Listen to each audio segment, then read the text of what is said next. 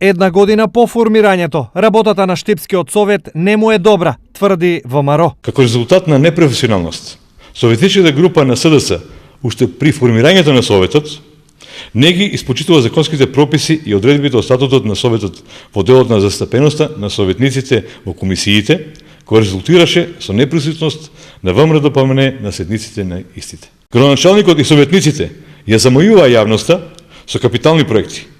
Меѓутоа реалноста е поинаква и се гледа на секој чекор во овој град.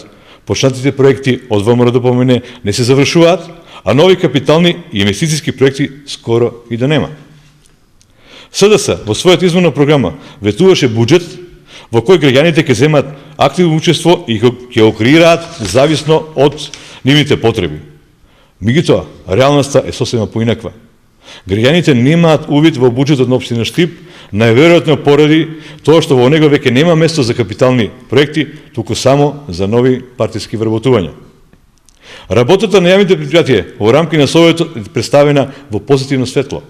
И покрај тоа што сметките кои ЈП-ИСР ги испорачува на граѓаните неколкократно се зголемени, а ЈП Стипион веќе се подготвува за зголемување на цената на паркингот, иако за глас повеќе се ветуваше дури и укинување на наплатата. Во недостиг на конструктивни предлози, советниците од ВМРО шират лаги и деструкции, возвратија од советничката група на СДСМ.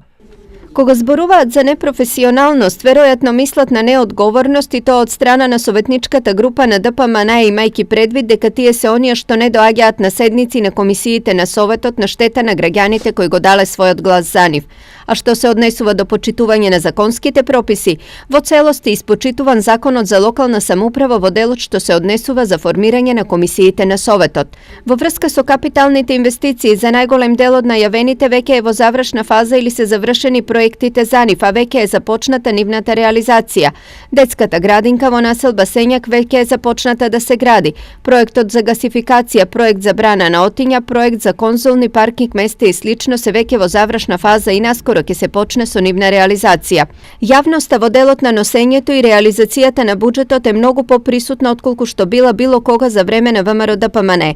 Затоа впрочем говорат и низата средби и консултации со граѓаните од урбаните заедници во периодот кога се планираше и изготвуваше буџетот за 2018 година, а кои беа посетени од голем број на граѓани. Во таа смисла слични активности ќе бидат реализирани и оваа година со цел граѓаните активно да го дадат својот придонес во насока на изработка на буџетот кој ќе одговара на нивните потреби и желби.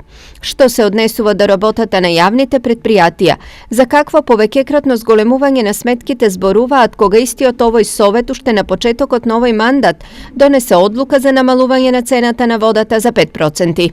Стои во писмената реакција од советничката група на СДСМ.